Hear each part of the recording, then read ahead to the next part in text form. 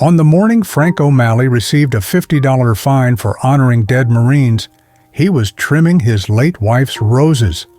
The letter arrived in a crisp envelope stamped with the Liberty Pines HOA logo, citing Article 7, Section 4, Prohibition of Military Vehicles. His crime: parking a restored 1968 M715 military Jeep in his driveway, a vehicle he'd spent 18 months and over $12,000 restoring, bolt by bolt, in tribute to the men he served with in Vietnam. For 3 years, Frank had lived quietly as a widower in this pristine, rule-bound suburb. He kept his lawn trimmed, his mailbox painted, his grief silent. But the HOA hadn't counted on one thing. Gunnery Sergeant O'Malley didn't back down from bullies, not in Nam and not now. What followed wasn't just a dispute about a vehicle. It was a battle between regulation and remembrance, between appearance and honor, and it would ignite a community in ways no one expected.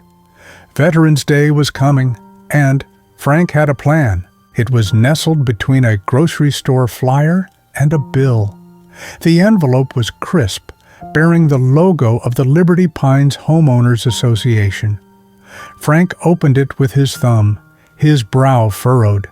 The language was cold and impersonal. This letter serves as a formal notice of a violation of the Liberty Pines Covenants, Conditions, and Restrictions, CC&Rs.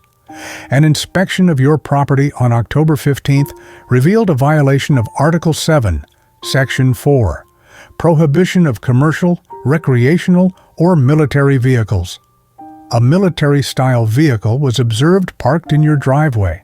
A fine of $50 has been assessed to your account. Please remedy this violation within 10 days. It was signed in a sharp, angular script by Carol Becker, HOA president. Frank read it twice. A hot flush of indignation crept up his neck. A violation? This wasn't a broken-down RV or a commercial van. This was history. This was honor. He thought of Jimmy Miller, of Rico Rodriguez, of the boys who had ridden in a Jeep just like this one and had never come home. To have their memory reduced to a bylaw violation and a $50 fine felt like a profound desecration. He let out a short, bitter laugh. He'd faced enemy fire, survived ambushes, and carried wounded men through miles of jungle. He was not going to be intimidated by a piece of paper from Carol Becker, a woman whose greatest daily battle was ensuring lawn heights were uniform. With a flick of his wrist, he crumpled the letter into a tight ball and tossed it into the recycling bin. He was a Marine. He didn't retreat. Unseen by Frank, his act of defiance was already logged. On her morning power walk, clipboard in hand, Carol Becker had stopped at the end of his driveway. She wore expensive athletic gear and a visor that failed to soften the hard set of her jaw. She didn't see a memorial. She saw a problem. She saw a hulking olive-drab anomaly that lowered the aesthetic tone of the neighborhood. She saw a rule being broken, and it was her sworn duty as protector of their collective property values to correct it. She made a neat, decisive check mark next to Frank's address. The process had begun. The second letter arrived exactly 1 week later, its presence in the mailbox feeling more like an accusation than a piece of mail. This time, the fine was $100, and the tone had shed its sterile politeness for a sharper edge. It mentioned further action and daily accruing penalties. The weary indignation Frank had felt before now curdled into a cold, hard anger. He sat at the kitchen table, Helen's kitchen table, and stared at the letter. He thought about the real costs he had paid in his life. The cost of freedom wasn't a $50 fine.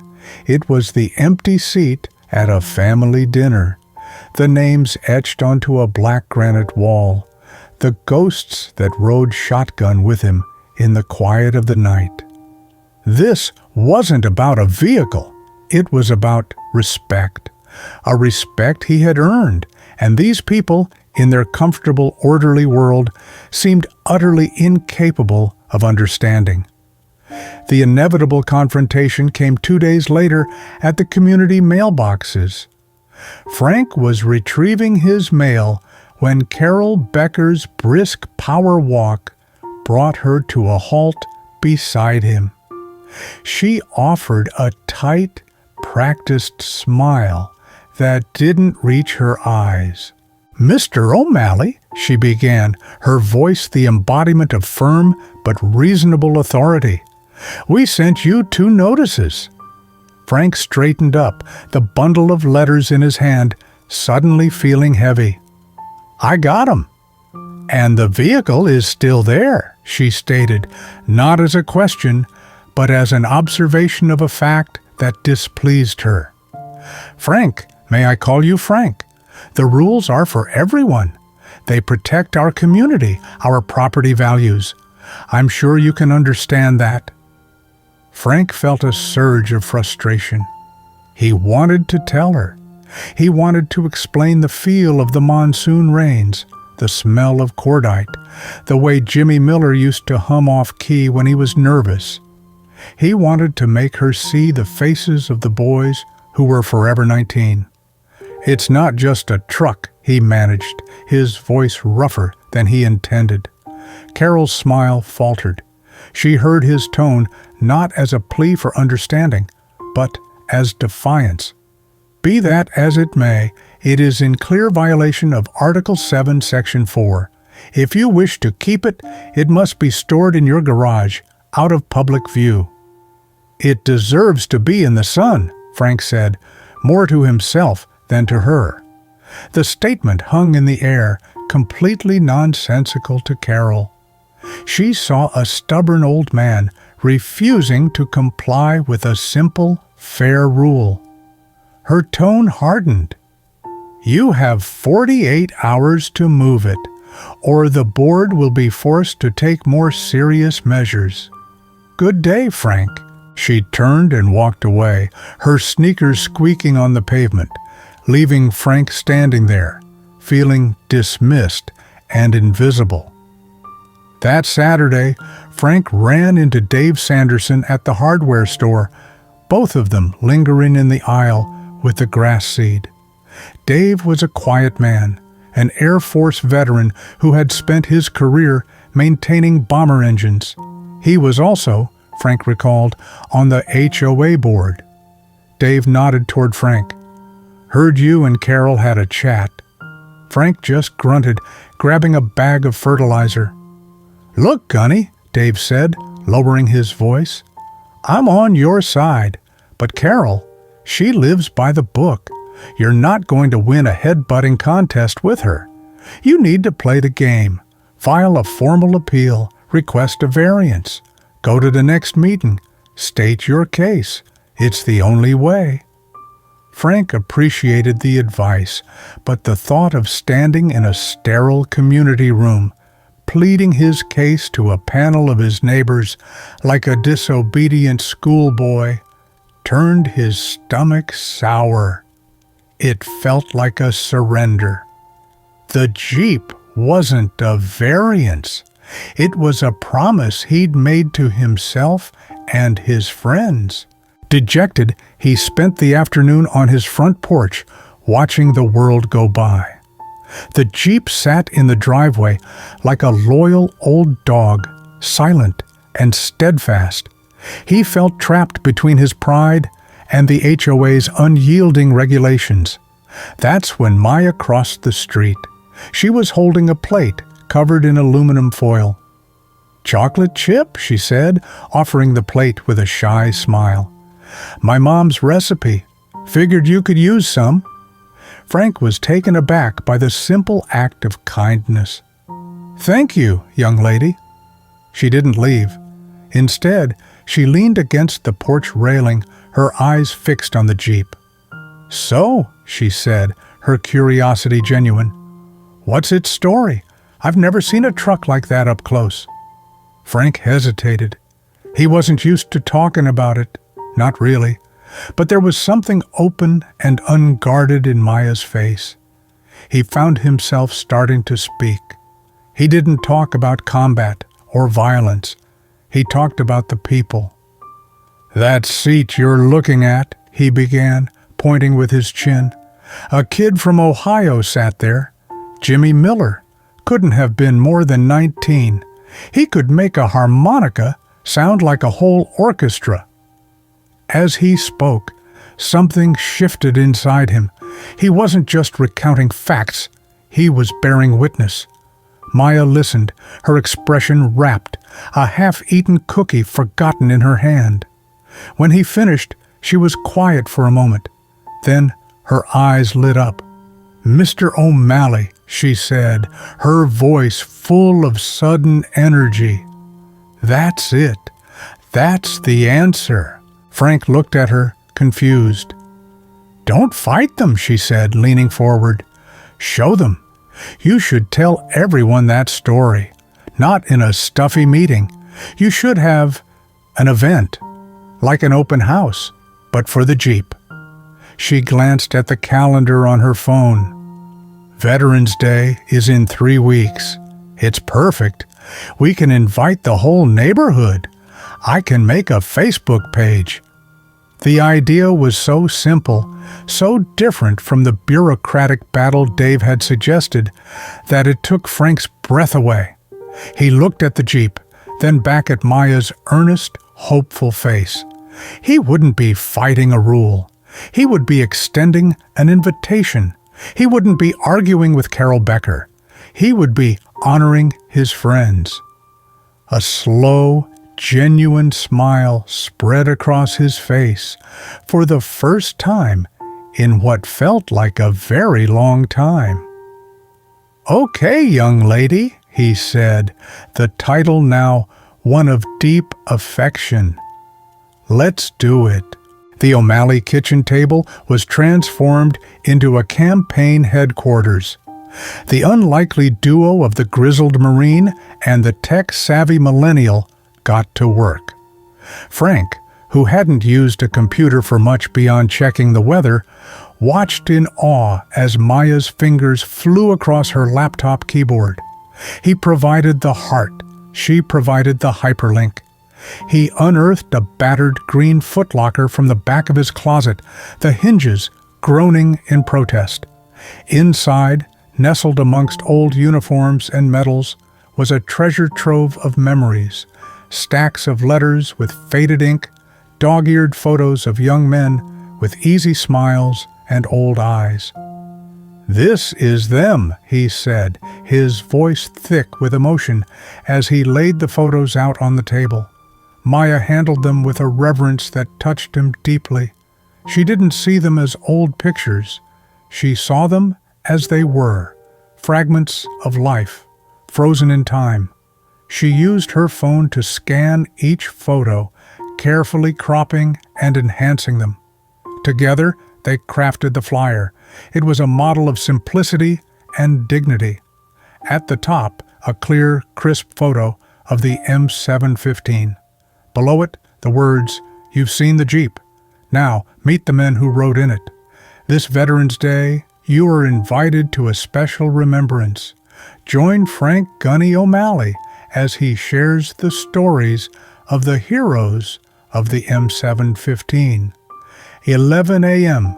this Veterans Day at 1245 Patriots Drive. Coffee and donuts will be served." Maya created a Facebook event page with the same information, adding the scanned photos of the young soldiers. The effect was immediate and powerful. It wasn't an angry protest, it was a heartfelt invitation. Frank printed 100 copies, and together they walked the neighborhood, placing a flyer at every door. It didn't take long for one to land in the hands of Carol Becker. She found it tucked into her screen door when she returned from her power walk. Reading it, her face hardened into a mask of indignation. This was not a memorial. This was a public spectacle, a flagrant and calculated act of defiance. He was turning his violation into a block party. She found Frank on his knees in his front yard, tending to Helen's roses. The image of the old soldier gently caring for the delicate flowers was a stark contrast to the rebellious narrative she had constructed in her mind. It didn't matter. "Mr. O'Malley," she called out, her voice sharp enough to cut through the quiet afternoon air. Frank looked up, his gardening gloves covered in soil. "I saw your flyer," she said, waving it like evidence in a trial. "What do you think you're doing? You are turning your non-compliance into a public nuisance. An unapproved neighborhood gathering is a violation of Bylaw 12, Section 2. The noise levels, the parking issues. You are deliberately undermining the rules of this community." Frank slowly got to his feet, pulling off his gloves. He looked her straight in the eye, his expression unreadable. He wasn't angry. He was calm, resolute, and in that moment, more powerful than she could ever be with her rulebook. "It's not a party, ma'am," he said, his voice quiet but firm. "It's a memorial service, and you and everyone else are respectfully invited."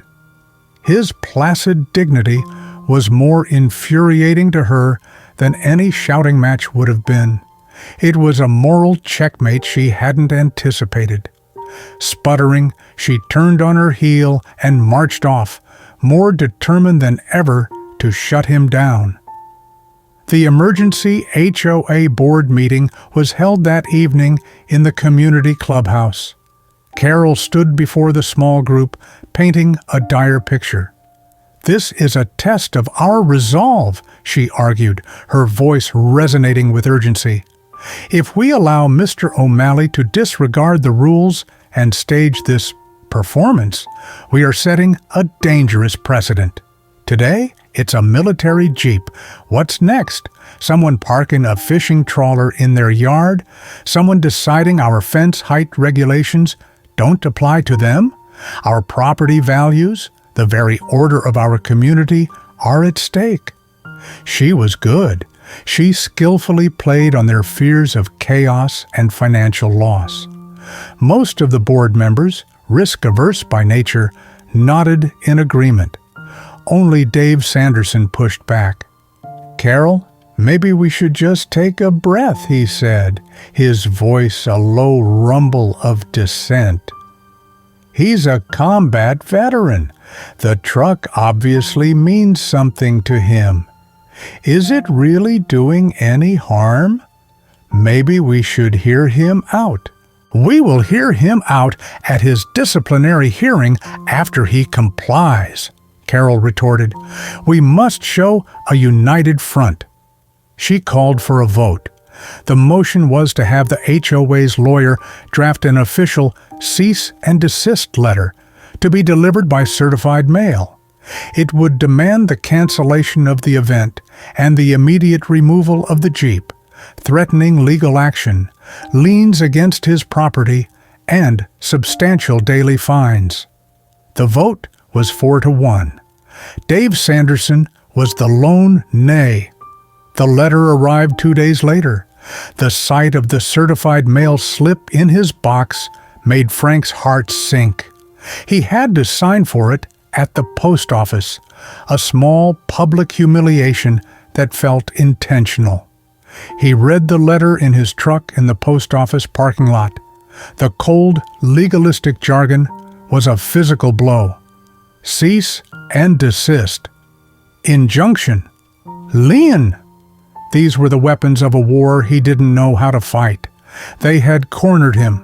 He drove home, the letter lying on the passenger seat like a venomous snake. All the fight seemed to drain out of him. The weight of his grief for Helen, the ever-present ghosts of his past, and now this relentless bureaucratic assault. It was too much. He pulled into his driveway and just sat there, looking at the Jeep. Maybe Carol was right.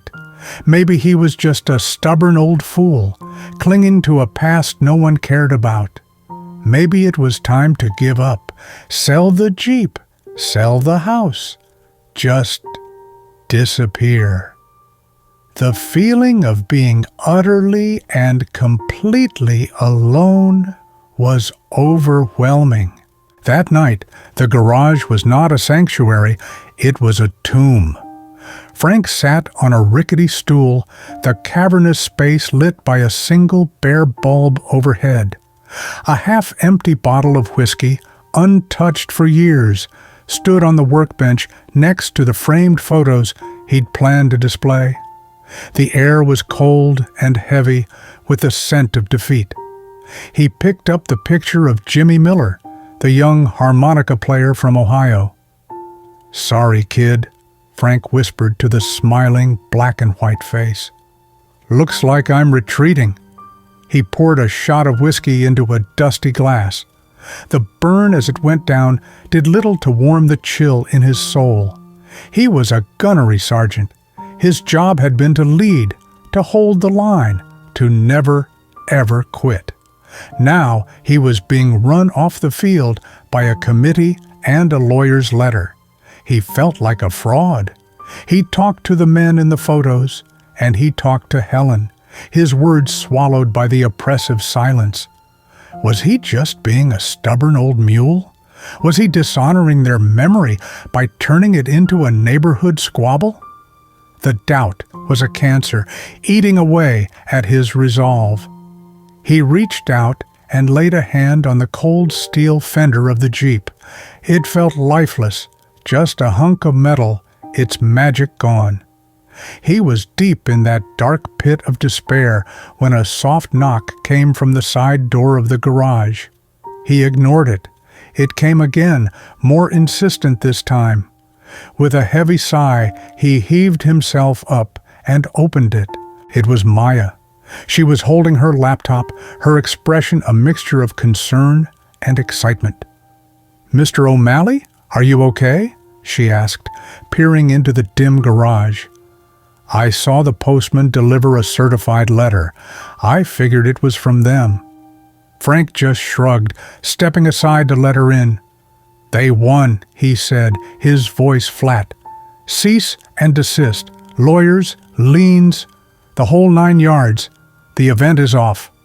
"No, it's not," she said, her voice filled with a fierce conviction that startled him. "You can't quit, Gunny. Not now." She opened her laptop on the workbench, pushing the whiskey bottle aside. "You have to see this." He was about to refuse, to tell her to go home and leave an old man to his misery. But she grabbed his arm, her grip surprisingly strong. "Please, just look." He leaned over her shoulder, squinting at the bright screen. It was the Facebook event page she had created. He saw that over 150 people had marked themselves as going. But it was the comment section that made him catch his breath. He scrolled, reading them one by one. "My father served in Korea. He never talked about it. Thank you for doing this. We'll be there to listen. Susan P. I just finished my enlistment in the Army. It's important for people to remember. Mad respect, Gunny. Kevin G. I'm a Gold Star mother. My son was killed in Afghanistan. I live 2 towns over, but I'm driving in for this. God bless you for honoring your brothers. Diane M. There were dozens more. Messages of support, of gratitude, of shared experience. People were sharing photos of their own veteran fathers and grandfathers. A local VFW post had shared the event, encouraging its members to attend. A high school history teacher wrote that he was bringing his entire class. Frank read them with blurry eyes. The tight, cold knot of loneliness in his chest began to unravel. He wasn't a nuisance. He wasn't a stubborn old man fighting a lonely battle over a parking space. He was the keeper of a story that people needed to hear. His fight wasn't just about his Jeep or his memories. It was about their fathers, their sons, their neighbors. He was not alone. He was the guardian of a shared flame, and a whole community was gathering to protect it from being extinguished. A profound shift occurred within him. The weariness fell away, replaced by a familiar, steely resolve. The gunnery sergeant was back. He straightened his shoulders, the stoop of despair gone. He looked at Maya, his eyes clear and focused. "Okay, young lady," he said, his voice resonating with its old authority. "Let's give them a service to remember." Veterans Day dawned crisp and clear, the autumn sky a brilliant cloudless blue. The air was still, but a current of tension ran through Liberty Pines. Across the street, Carol Becker watched from her living room window, sipping her coffee, expecting to see Frank loading up the Jeep onto a flatbed, or, at the very least, a protest sign being staked into the lawn.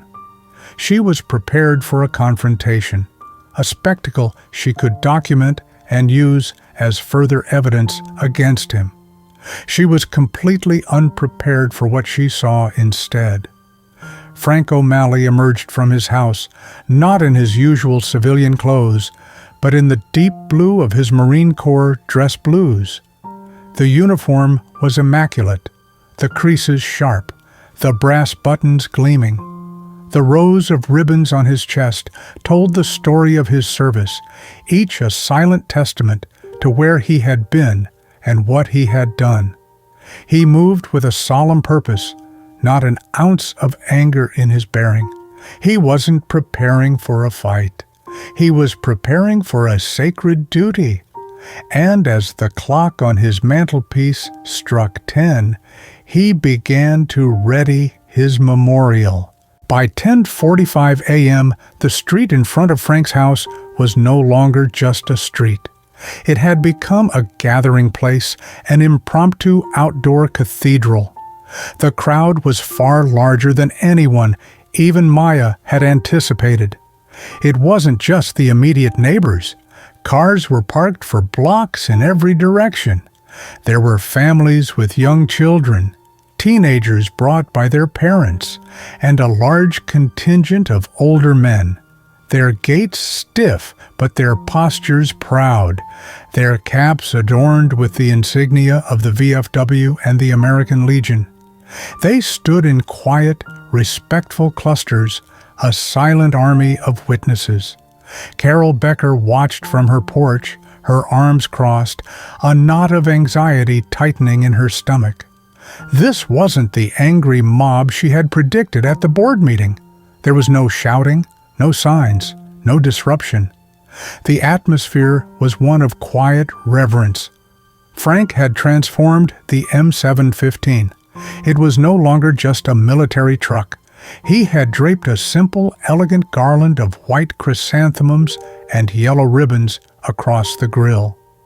Attached carefully along the side of the vehicle, mounted on small wooden stands, were the 8x10 black and white photos of his fallen comrades. Below each photo was a small brass plaque with a name, rank, and hometown.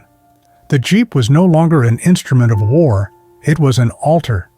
At precisely 11 a.m., the traditional hour of armistice, Frank stepped forward. He stood beside the Jeep, his back ramrod straight, and waited for silence. The murmuring of the crowd faded away. He began to speak, his voice clear and steady, amplified by a small portable speaker Maya had set up. He did not mention the HOA, the fines, the letters, or Carol Becker. He didn't have to. His quiet dignity was a more powerful rebuke than any angry tirade could ever be. "Good morning," he said. "Thank you for coming. In the Marine Corps, we have a saying, no man left behind. We usually mean on the battlefield, but it also means we don't leave them behind in our memories. Today, I'd like to introduce you to some of the men from my platoon. This Jeep, this was one of us. It carried us, protected us, and brought most of us home. He stepped over to the driver's side and placed a hand gently on the steering wheel. "This wheel," he began, his voice softening, "belonged to Private First Class Jimmy Miller from Dayton, Ohio. He couldn't have been more than 19, had a laugh that could cut through a monsoon, and he played the harmonica something awful, but he did it with so much joy you couldn't help but smile. He was a farm boy. Said this truck reminded him of his dad's old tractor. One day, he steered us through an ambush, kept his head when the rest of us were just trying to survive. He got us out. This wheel, this was Jimmy." He moved along the vehicle, his hand hovering over a dent in the passenger side door. "This dent here? This is Sergeant Rico Rodriguez from San Antonio, Texas. A piece of shrapnel hit right here. Rico was sitting in this seat. He threw himself over our lieutenant, saved his life. He left behind a wife and 3 little girls he wrote to every single night. That was his post, right here." One by one, he gave them back their names, their hometowns, their stories. He spoke of Corporal Lee, the quiet medic from South Carolina, who kept a picture of his sweetheart taped to the dashboard. He spoke of Lance Corporal Chen, a kid from San Francisco's Chinatown, who was the best poker player in the company. He wasn't reciting a history lesson. He was resurrecting souls. He was connecting their sacrifice to the tangible steel of the machine that had borne witness to it all. The crowd was transfixed. Teenagers who had been staring at their phones were now looking at the photos, their expressions somber. Tough-looking veterans wiped away tears without shame. The vehicle was transformed before their eyes. It was no longer a violation of a community bylaw. It was a sacred vessel imbued with the laughter, fear, and courage of the young men who were now smiling out from their fading photographs. Standing at the back of the crowd, Carol Becker felt the rigid certainty of her world crumble. The rules, the regulations, the entire structure of order she had dedicated herself to upholding, it all seemed so small, so petty and insignificant in the face of this profound act of remembrance. She had been fighting over the placement of an object, while Frank had been fighting for the preservation of human souls. The shame was a hot flush on her face. Quietly, she slid her phone, which she'd been prepared to use to document violations, back into her pocket. When Frank finished, a deep, profound silence held the crowd. He simply said, "Thank you for letting me introduce you to my friends." Then, Dave Sanderson, standing in the front row, began to clap, a slow, rhythmic, respectful applause. In a moment, the entire crowd joined him. It wasn't applause for a performance. It was a standing ovation for honor, for memory, and for a man who had refused to let his brothers be forgotten. In the aftermath, as the crowd broke up, people didn't just leave. They approached Frank one by one. They shook his hand. They thanked him. They shared their own stories. A man told him about his uncle who flew B-17s. A woman showed him a picture of her brother in his Navy uniform. Frank was no longer a solitary figure. He was the center of a community that was rediscovering its own heart. Carol Becker did not return as HOA president the following year. At the annual board election, Usually a sleepy affair with low turnout, dozens of residents, many wearing miniature flag pins or ball caps from their service days, showed up to vote. The message was unmistakable. Her name didn't even make it past the nomination stage. Her replacement? Dave Sanderson, who opened his first meeting with a moment of silence for fallen veterans and a motion to make Veterans Day an official community event. Frank didn't gloat. He didn't need to. Justice had a quiet dignity to it, just like his memorial Jeep, now proudly parked, legally, in his driveway, with a small bronze plaque beside it that read, "This vehicle is maintained in honor of those who served and sacrificed. Liberty Pines salutes you." Later that spring, Frank hosted a barbecue in his front yard. There was laughter, music, even a harmonica solo from a teenager who'd been inspired by Jimmy Miller's story. Maya sat beside Frank, now wearing a simple silver bracelet with a Marine Corps insignia, a gift from him. As the sun dipped low and the sky turned gold, neighbors lingered, children played tag around the Jeep, and Frank looked around at the smiling faces and thought, Helen would have loved this.